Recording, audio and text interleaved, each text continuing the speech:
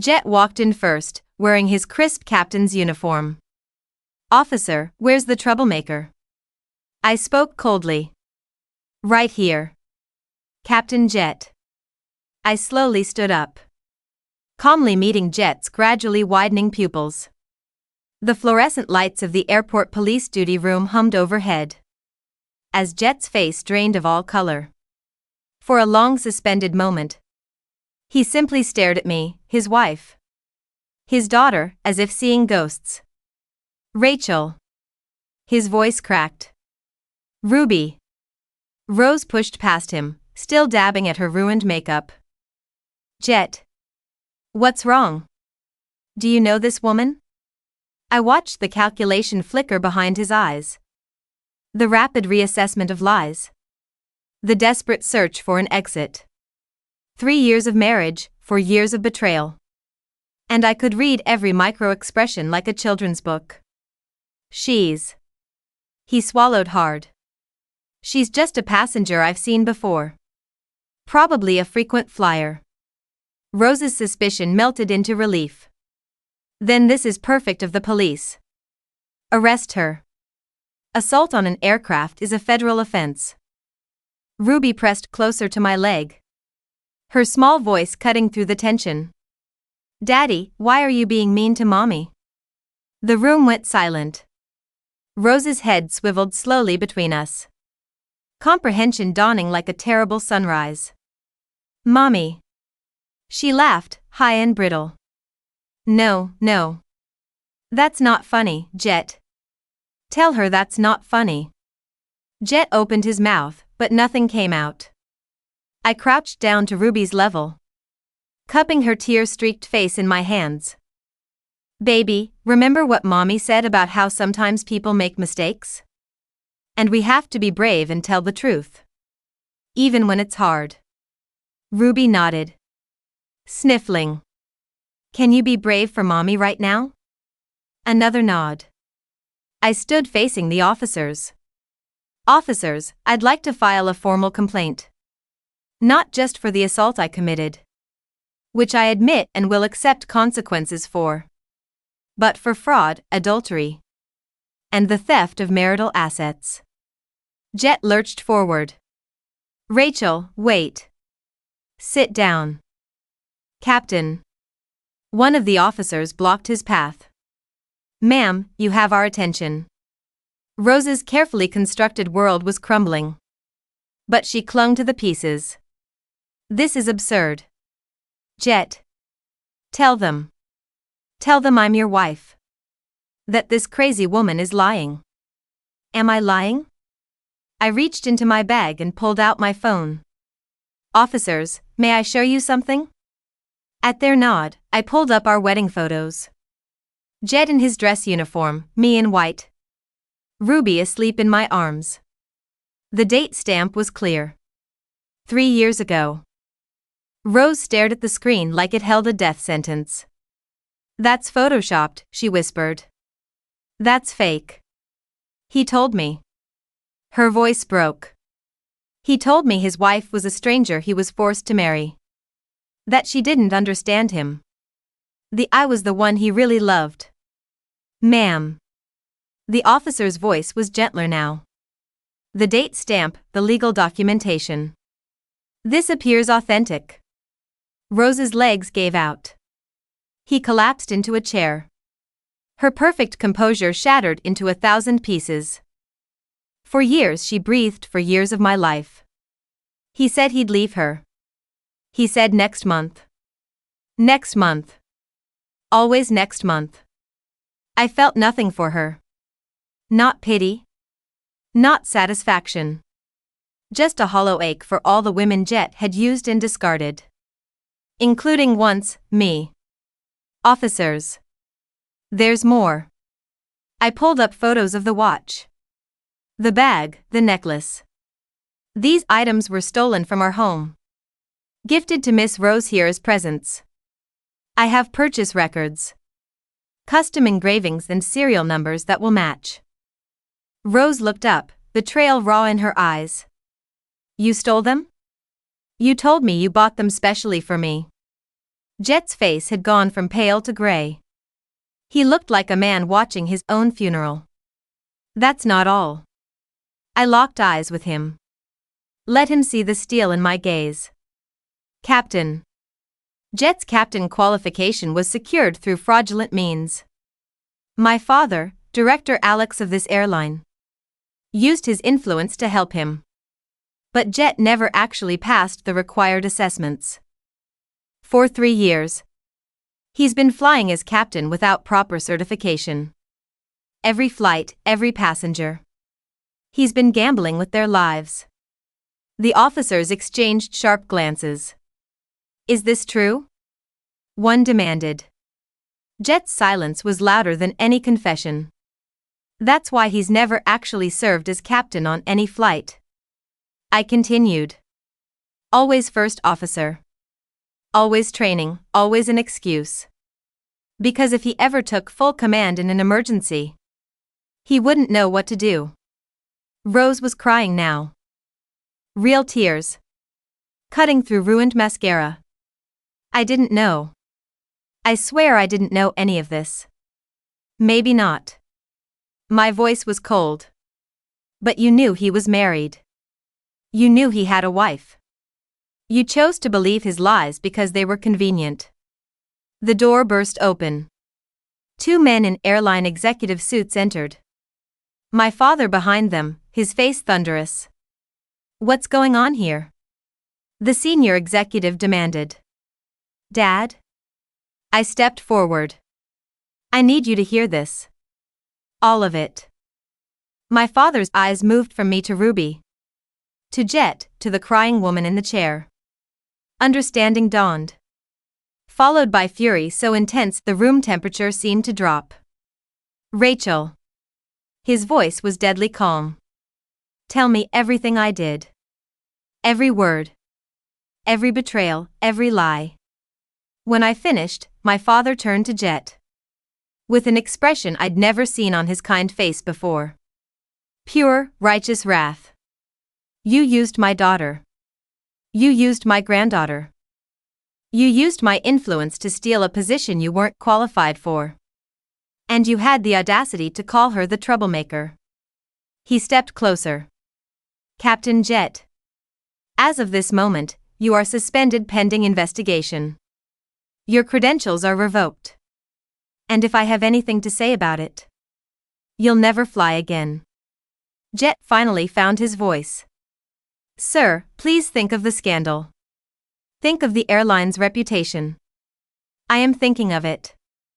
My father's voice was ice. I'm thinking that a captain who falsified his qualifications. Who conducted personal affairs on duty. Time? Who slandered his own wife over the public address system. That man is a liability this airline cannot afford. Roasted on shaking legs. What about me? I didn't know any of this. I'm a victim, too. You're a victim of your own choices. My father didn't spare her a glance. The police will handle any charges Mrs. Stone wishes to press. Regarding stolen property.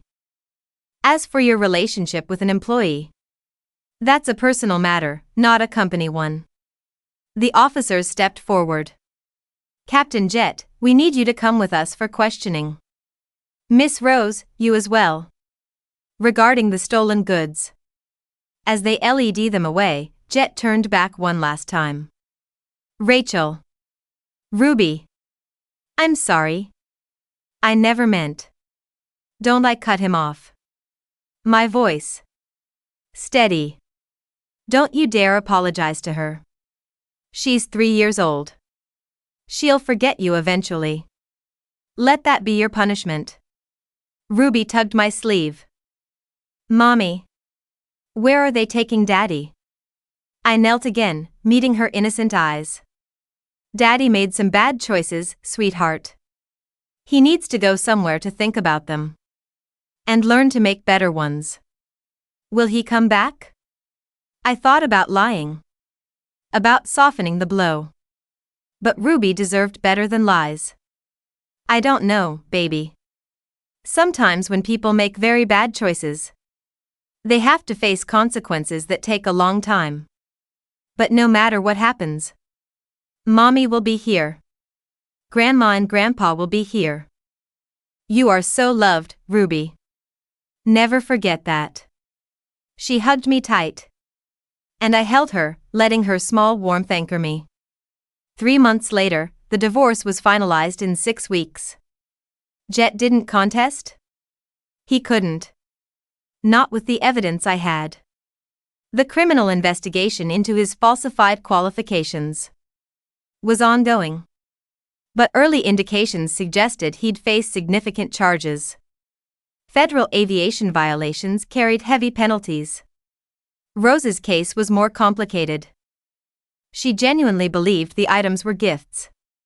But the serial numbers proved they'd been stolen from our home. In the end, she returned everything and accepted a plea deal for minor charges. The last I heard, she'd moved back to her hometown. Her dreams of marrying a pilot in ashes. I kept the house. I kept my name. I kept my daughter. And slowly, painfully, I started to rebuild. My father retired early. Exciting health reasons. Though I suspected the scandal had taken more out of him than he'd admit. We grew closer in those months. He and I. Two people who'd trusted the wrong man and paid the price. Ruby asked about her father less and less. At first, I worried this was suppression. That the grief would surface later in worse ways. But the child psychologist I consulted reassured me. At her age, consistency and love were what mattered most.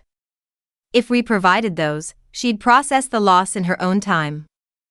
One evening, 6 months after the flight, Ruby presented me with a new drawing. This one showed 2 figures. A tall one with long hair. A small one with pigtails. Holding hands under a rainbow. Mommy and Ruby, she announced proudly. We don't need Daddy. We have each other. I cried for an hour after she went to bed.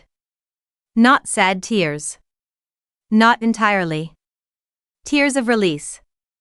Tears of gratitude. Tears for the little girl who'd lost a father. And gained a clearer understanding of love than many adults ever achieved. 9 months after, the invitation came on a Tuesday. Embossed card, stock in a cream envelope. The airline's annual gala honoring employees and their families. My father's name was still on the board. So I was included automatically. I almost threw it away. But something made me pause. A photo fell out. Last year's gala. Me in a blue dress, Jett beside me in uniform. Both of us smiling for the camera. I'd been so happy then. So blind. This year would be different. Jett was gone, his name erased from company records. Like a bad dream. The investigation had concluded. He was awaiting sentencing. 7 to 10 years, the lawyers said. Federal prison. I should go. I decided. Not for the airline. Not for my father. For me. To prove I could walk into a room full of people who'd watched my life implode. And hold my head high. Ruby would stay with my mother. I'd wear something beautiful. I'd smile and make small talk. And pretend my heart wasn't still learning how to beat on its own. Maybe by pretending, I'd make it true. The gala, the ballroom glittered with chandeliers. The gala. The ballroom glittered with chandeliers, casting fractured light over the polished marble floors and the sea of evening gowns and tailored tuxedos. The low hum of a jazz quartet mingled with the clinking of champagne flutes and the murmur of polite, sanitized conversation. I stood at the top of the grand staircase, taking a slow, deep breath. I was wearing a sleek, emerald green gown that I had bought specifically for tonight. It felt like armor. You look stunning, Rachel, my father said, stepping up beside me. He looked older than he had a year ago, the lines around his eyes etched deeper by the stress of the scandal and his subsequent early retirement, but his posture was as straight and proud as ever. "Thank you, Dad," I murmured, linking my arm through his. "Ready to run the gauntlet?" He gave me a tight, reassuring smile. "They're lucky to have us here. Remember that." As we descended the stairs, I could feel the subtle shift in the room's atmosphere. Heads turned. Whispers rippled outward like a stone dropped in a still pond. I knew exactly what they were saying. "There she is. The wife who brought down Captain Jett. Did you hear her father had to step down because of it? I heard she called the police on him right there in the terminal." I kept my chin high, plastering on a serene, unbothered smile. I wasn't the victim tonight. I was the survivor. We wove through the crowd, exchanging brief, polite pleasantries with board members and senior pilots. Many of them looked at me with a mixture of pity and morbid curiosity. I deflected their probing questions with practiced grace, steering the conversation toward neutral topics like the catering or the jazz band. "Rachel." I turned to see Sarah, a senior flight attendant I had known for years. She was one of the few people from Jett's world who had reached out to me after the fallout, checking in on Ruby and offering her quiet support. "Sarah, it's so good to see you," I said, genuinely smiling as we embraced. "You look incredible," she said, pulling back to look at me. Her eyes darted around the room, lowering her voice. "I'm so glad you came. You know, half the people here are terrified of you now." I let out a short, dry laugh. "Terrified? Why?" "Because you didn't just quietly file for divorce," Sarah said, her eyes shining with a fierce kind of respect. "You burned his entire fraudulent world to the ground. Good for you, Rachel. The industry is safer without him in the cockpit." "Thank you, Sarah. That means a lot." Actually, Sarah hesitated, biting her lip. "There's something you should know. Or someone you should know is here." My stomach tightened. "Who?" "Marcus Vance. The lead investigator from the FAA who handled Jett's case," Sarah whispered. "He's here as a guest of the new director. I heard he's the one who finally cracked the shell company Jett was using to forge his flight hours." I scanned the room, my curiosity piqued. The FAA investigation had been a massive, sprawling beast, pulling in state and federal agencies. I had provided them with Jett's personal laptops and banking passwords, but I had never met the lead investigator in person. "Which one is he?" I asked. Sarah nodded toward the bar. "Tall, dark suit. Currently looking incredibly bored while listening to the VP of Marketing." I spotted him. Marcus Vance was striking, not in the polished, overly groomed way Jett had been, but in a solid, grounded way. He had sharp, intelligent eyes, a strong jawline, and an aura of quiet authority that didn't demand attention, but commanded it nonetheless. "Excuse me, Sarah," I said, a sudden surge of determination propelling me forward. I made my way through the crowd, approaching the bar just as the VP of Marketing walked away. Marcus picked up his glass of bourbon, his gaze sweeping the room before landing on me. He froze for a fraction of a second, recognition flashing in his eyes. "Mr. Vance?" I asked, stopping a few feet away. "Mrs. Stone," he replied, his voice a deep, resonant baritone. "Or is it Ms. now?" "It's just Rachel," I said, offering a small smile. "I understand I have you to thank for ensuring my ex-husband won't be flying a commercial airliner ever again." Marcus set his glass down, giving me his full attention. "You have yourself to thank, Rachel. The evidence you handed over was meticulous. Most people in your position would have let anger blind them. You were surgical. You gave us the exact threads we needed to pull to unravel his entire operation." "I had to," I said softly, the memory of that day in the airport duty room flashing through my mind. He wasn't just cheating on me. He was putting thousands of lives at risk. Including my daughter's, if we had ever flown with him. Marcus's expression softened, a genuine warmth replacing the professional mask. "How is your daughter doing?" She's thriving, I said, the tension in my shoulders easing at the mention of Ruby. She's resilient. Much more than I gave her credit for. Kids usually are, Marcus mused. He looked at me, really looked at me, and for the first time in over a year, I felt the unsettling, thrilling flutter of being seen by a man who wasn't hiding behind a wall of lies. For what it's worth, Rachel, I've seen a lot of ugly fallout in my line of work. But I've rarely seen someone handle it with as much dignity as you have. A flush crept up my neck. Thank you. I think I'm finally starting to believe that I'm going to be okay. You're going to be more than okay, Marcus said, his eyes locking onto mine with an intensity that made my breath catch. Before the conversation could go any further, the sharp clinking of a spoon against a crystal glass rang out through the ballroom. The new director was standing at the podium on the stage, signaling the start of the evening's speeches. Duty calls, Marcus said, stepping back slightly. It was an honor to finally meet you, Rachel. The honor was mine, Marcus. As he walked away to join his table, I realized my heart was beating a little faster. For the first time since my world collapsed, the future didn't look like a dark, terrifying void. It looked like a blank canvas. The weeks following the gala marked a subtle shift in my life. I had survived the anniversary of the betrayal and the public facing of the demons. Now, it was time to actively build the life Ruby and I deserved. I decided to go back to work. Before marrying Jett, I had a blossoming career in architectural design, which I had put on hold to support his demanding schedule and raise Ruby.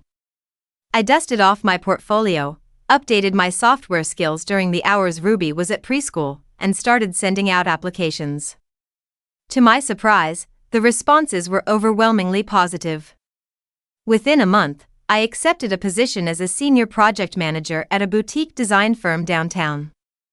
The routine of working, of using my brain for something other than legal battles and emotional triage, was incredibly healing. I loved the tangible reality of blueprints and structural integrity. Unlike the illusion of my marriage, buildings were honest. If the foundation was weak, the cracks showed. You couldn't fake load-bearing walls. One rainy Tuesday afternoon, 6 months into my new job, my office phone rang. Rachel Stone, I answered, my eyes glued to a CAD rendering on my monitor. Rachel, hi. It's Marcus Vance. I sat up straight, my hand freezing on the mouse. We hadn't spoken since the gala. Marcus. Wow, hi. This is a surprise. Is everything okay with the case?